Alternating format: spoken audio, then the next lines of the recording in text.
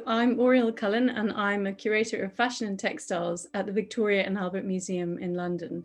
And today I'm going to be speaking with designer Phoebe English about her participation in a program called Fashion in Motion. Fashion in Motion brings contemporary fashion designers into the V&A Museum and invites them to stage a live presentation of their work for a wide audience. So Phoebe, thank you so much for joining us to talk about Fashion in Motion. It was such a lovely project that you came on board and we worked together to create that wonderful show. And I wondered if you could talk a little bit about the V&A. I mean, you were familiar with the museum from before, and yeah, absolutely. Well, it's my favorite place in the whole of London. I have really strong memories of coming to visit it when I was a really young teenager.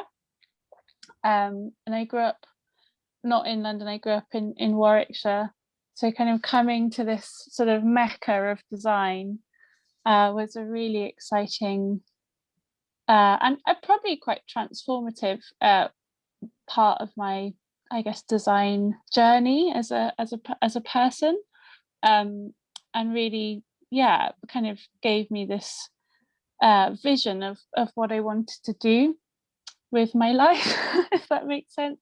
So it's a pretty important place to me, and so I was quite overwhelmed when I received your email. I think I was in Paris, as in the showrooms in Paris, and I had to go and sit down because I was so excited and overwhelmed and didn't disbelieving that it was happening. So it's a pretty special place to me, and it did mean a lot to be able to come and do that with you all. Well, we obviously knew your work from seeing your shows, and they're always such wonderful installations and performances and very intimate. And we were really excited to sort of invite you to come into the space. And we met and we went into the Raphael Gallery together. And I wonder, your initial thoughts on being in that space, because you came up with an amazing design and an idea. Yeah, I mean, but I guess my work is very textile based. I studied textiles and fashion at St Martin's, so it's very detail orientated. I'd say I'm quite a shy person. I wouldn't say I was sort of a big, loud personality. And the reason the collections are quite small and the way we show is quite intimate is because that's sort of my natural sort of comfort area, is to do sort of small scale things with a sort of family energy and a family vibe about them. Coming in, I had been in the Raphael Gallery before, but sort of going in there with the intention of making some work in there was just, again, completely overwhelming. It's such an amazing room. It's so big and it has such intense energy about it, and obviously has got all the sort of memories of what's all the amazing things that have gone in there, and the incredible work that's already in there. It definitely felt like a different type of project that I would normally comfortably navigate myself towards, and I was really overwhelmed to try and think of something that we could do in there that still gave it this feeling of intimacy, even though it's absolutely cavernous. So how do you work with design to give this cavernous space this intimate and familial feeling? So it went through quite a lot of different iterations when Philip, who worked with us on the design for the set, went through before we got to the final thing. And it was a lot about staging and sort of audience flow, and also lighting and also sound. So using all of those elements to try and still celebrate this huge space, but also transform it into something where people could feel sort of invited and intimate and comfortable, and like they wanted to sort of hang around for a while and inspect all the tiny details of the clothes. So it was quite a long journey to get to the final version of how we finally did it. Because you very cleverly subverted the idea of having the audiences sit there and the models walking up and down or moving. The lovely thing was that you invited the audience in, as you said, to walk up to the clothing. So the models were essentially static, although, as we'll speak about in a moment, they were moving a little bit. But this wonderful idea that the audience get to meander through the space and come across these wonderful platforms which you had constructed. Yeah, well, I think that's one of the most wonderful things about the museum is the wandering about, and that's, you know, what I really loved as a young teenager, was wandering around inside this huge treasure box. And I really wanted that same feeling of coming to a room full of treasure and being able to wander around and get very close to them, and maybe even touch them if you wanted to, although we weren't actively encouraging that, but I know people were, you know, reaching out and touching things. And just to feel involved and invited in. I've never been very partial to catwalk layouts. It's not really something we've worked with a lot with our shows. I've always found them too formal, and I also have always disliked the fact that important people sit at the front and least important people sit at the back. I've never really liked that hierarchy. It's never, doesn't make me feel comfortable. I much prefer it if people can wander around and have a chat and bump into people they haven't seen for a while, and also have a conversation and have their own experience as well as experiencing our work and the show itself. So I like it to be, yeah, more of a sort of happening rather than a sort of sit down and watching experience, something you can interact with slightly. But yes, if people could wander around, I think we had, oh, I'm trying to remember now. It seems like such a long time ago. I think we had 6 or 7 pools down the center of the room, and they were arranged chronologically with the sort of two looks from each collection with their corresponding puppets. And then people could wander through, so they sort of could wander through the history of what we'd done so far from beginning to where we'd got up to. And yeah, they were able to go right up to things and look at them. And yeah, it was really fun to watch people coming in and experiencing it that way. And of course, there was an extra element, which was really wonderful, because alongside the garments, you had created the puppets. And these come from an earlier show, but you made a phenomenal amount of work to create these puppets. I think it was within a 2-week period, was it, that you? It was a really short period of time. I think it was about 3 weeks. Mm-hmm. It was a very short window of time that we had to make the puppets, and we'd done a show previously, mm-hmm. which was the collection I was in the showroom when you emailed me, Sally, and so I was surrounded with them when I was sort of replying to you first time, so it kind of made sense to repeat that idea. So we were with that show, we were looking at, you know, I guess I've always sort of not rebelled, but I've never felt comfortable in this sort of bigger is better sort of trait that sometimes fashion weeks can often have elements of. And I guess my way of kind of responding is to go smaller and quieter. And I guess working with the puppets was to explore, you know, if we could be louder and have more presence by being physically small, by making the work have a smaller physical space. So it was sort of looking at things like repetition. So if we say the same idea twice, you know, does that make it more impactful? If we make it smaller, does it make it more impactful?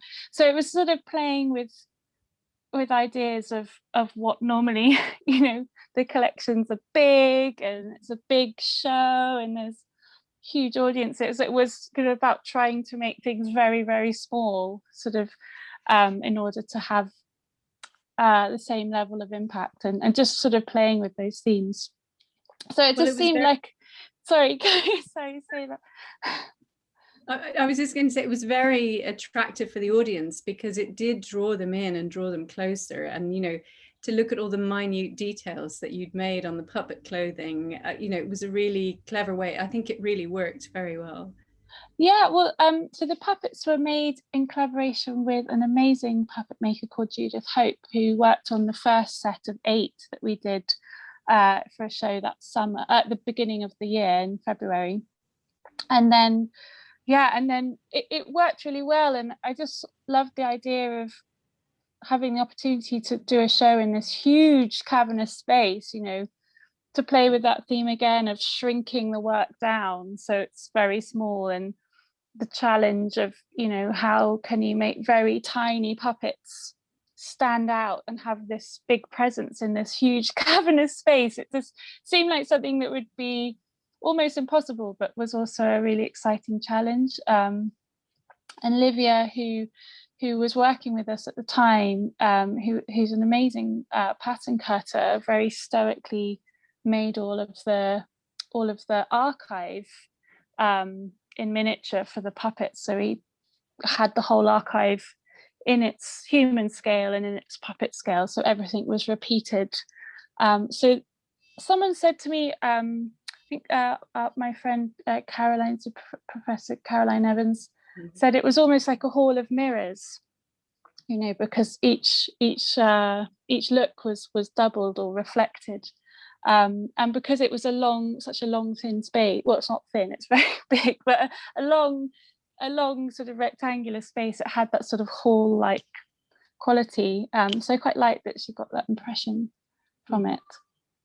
And you also had puppeteers who were wandering through these platforms and animating the puppets, which was a lovely idea too. It gave it a beautiful rhythm, I think.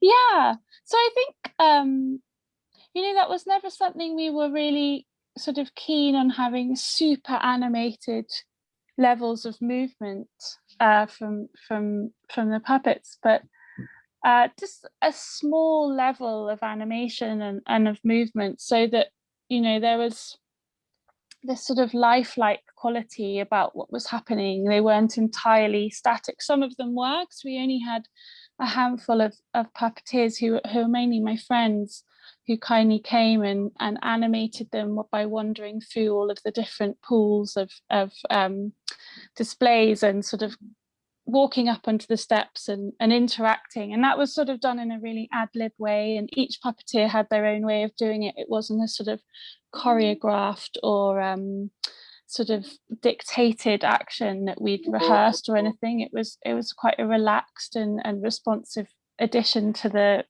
performance, if that makes sense. So I quite liked that it was quite random. We didn't really know how it was going to look or what it was going to appear like, but I think it was quite a gentle way of adding movement, which I guess during a sort of traditional fashion show would have been sort of a walking up and down situation. It was sort of a more random wandering around kind of action. And to go back to, you know, these details, I think the idea of surfaces and textiles is really integral to your work. And it would just be, you know, lovely to hear about that method of working that you have. Yeah, so I guess the textiles are, I guess I've always described them as constructed textiles. So they're not necessarily things like embroidery where you're decorating a surface. They're sort of based on knit, because I'd studied knitwear, you know, and I'd lost the ability to knit because I'd damaged my wrists, and I had to sort of reconfigure how I was approaching textiles because I couldn't do knitting needles and crochet and knitting machines anymore. And constructed textiles was really about thinking carefully about what I liked about knitwear, which is the fact that its decorative value comes from its constructed method, its method of construction. So the constructed textiles, I guess, was something I sort of invented as a way to work around what I couldn't do anymore. And so yeah, the constructed textiles all get their I guess decorative value from their method of construction. So there's lots of things that sort of woven together or trapped in between things to make the layers stronger and thicker. There's lots of different ways that we approach it, but sort of making the miniature on the puppets was really challenging, because they are quite a labor intensive way of working. They take a long time to make, and actually what we found as a team, which was actually quite stressful at the time, was that actually just because the garments were puppet sized, it didn't change at all the level of time it took to make them, because obviously we hadn't really factored this in, but it's exactly the same process of making a human-sized garment, but it's just smaller, but you still have to do the same processes, so it's not actually any shorter. So I think I naively thought, we'd have enough time to do it, but actually it was a really way too ambitious for the time that we had, and it was quite stressful getting it ready on time. But it was ready, and but yes, I think next time I'll be a bit more realistic with my timing expectations. Well, it was amazing that you achieved it, and it looked so beautiful. And then you very generously donated 2 outfits along with the puppets to the museum. Yeah, so they're with you now. Yes, yeah. We have the star pleat dress and the trapped glitter look, which is wonderful. And they're a really lovely sort of testament to that moment. And I think we really treasured them in the collection. Well, it's really wonderful that they're with you, and it was quite an emotional day packing them up, because obviously they're part of an ensemble, so separating 2 of them felt really sad. I just said separating 2 of the puppets from their puppet family on a permanent basis felt quite brutal in a way, but I'm really glad that they're with you, and I hope that they will be interesting for people to see and to look at and to have there. Definitely, and they have each other. Yes, they have each other. They're not entirely alone. This is what's the strange thing about working with the puppets, is that they are, they're such a strange thing to work with, because obviously normally we're working with models or with people, and the puppets are obviously inanimate objects, but actually when you're actually working with them, they're not inanimate objects at all. You very much start changing the way you behave around these objects, because they do have such a lifelike quality, and the way you hold them and pick them up, you definitely don't start just moving them like they're nothing. It's quite an interesting sort of psychological thing that happens when you're moving them, and it's very, very interesting to have experienced that when we were working with them. And I suppose also the fact that you're creating, these beautiful garments and dressing them too, there is that sort of that connection as well that really gives them the animism and their life. So well, the dressing actually happened over a very short time, so we were really running out of time and we had to do it quite quickly. But the dressing day was quite I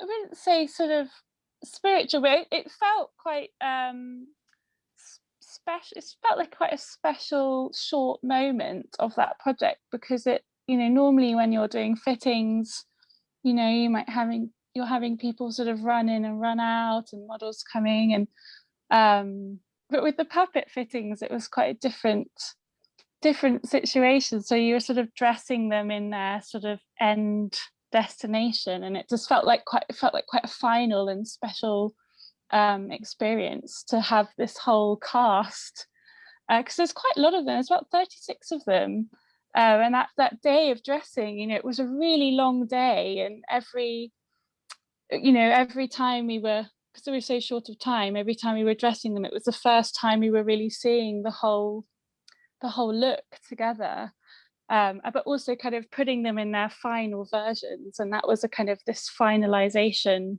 act as well.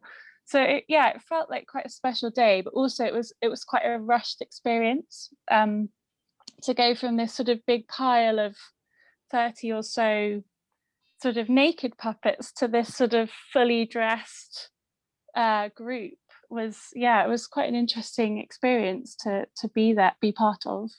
It sounds like quite a ritual almost. It did feel I think ritualistic rather than spiritual is a better way of describing it. I guess also because normally we're making clothes and they come on and they're put on and then they're put off, and it's more of a transient experience with a garment, whereas when we were working with the puppets, it's a very final act of dressing. They're not going to be wearing any other garments. This is their final skin. So it was quite a ritualistic day, but also happened quite quickly. And also whilst there was a sort of not a film crew, but there was a photographic press moment happening at the same time. So it was all quite sort of chaotic, but also quite special. Well, they looked wonderful in the end, and I think the audience really, really enjoyed that show. We had such wonderful feedback because it was such a unique experience, I think. So you really created something quite magical, I think, and transportive in the space. It was really quite wonderful. Yeah, it did feel very special. It had a strange vibe, I think, in the space. Not as strange, but it did have quite a magical. I did want it to feel magical because that's how the museum feels to me. That's how the V&A felt to me as a young teen. It just felt like walking into a giant magic box, and I did want it to feel like that, how I felt when I was young and teenage. So this complete overwhelming feeling of kind of wonder and awe and sort of the magic qualities of objects and the feeling that they can induce in people. And we had this incredible harp player who did a live harp performance the whole day. And it just did something so extraordinary in that room. The acoustics were so enormous. It just felt like such an enormous sound, but also such a delicate, magical, and it just felt very emotional with that music as an overtone to the show. And it was emotional for me because it's such an unusual thing to be able to see your whole life's work just kind of laid out in front of you. And also just from a personal perspective, my entire family was there. Everyone I'd ever known was there. I had this enormous sense of calm because I knew that I just wasn't missing out on anything. Everyone that I needed to email back or ring or send a thank you letter to, they were all there at the same time. And I just had this enormous sense of sort of relief and sort of serenity and calmness, just knowing everyone was in the same place at the same time. And there was also just some wonderful exchanges on the day, because obviously the V&A has got such a different audience than we would normally work with when we're doing a small presentation or show for something like a fashion week. So I got to meet all these new people that were experiencing our work for the very first time, and that was really interesting and sort of gave a whole other richness to the day. Of I think we do 3 shows, or was there 4? I think four, was it 3? 3, yeah, in total. Yeah. So every time was sort of a new wave of different people that would come up and have some exchange, and it just added a huge amount of richness to that experience. Mm-hmm. Well, it was such a popular show with our audiences, and I think looking back, for me, it was one of the really special shows because it stands out as such an unusual thing. And I think a lot of the people within the V&A also really enjoyed it. To see the gallery transformed like that, it was quite something. So thank you so much. We really enjoyed it too, and it was a big project for us as a small team, but it really is an absolute highlight of everything we've done over the last 10 years. So thank you so much for allowing us and inviting us to be part of that, because it was really a dream come true for me.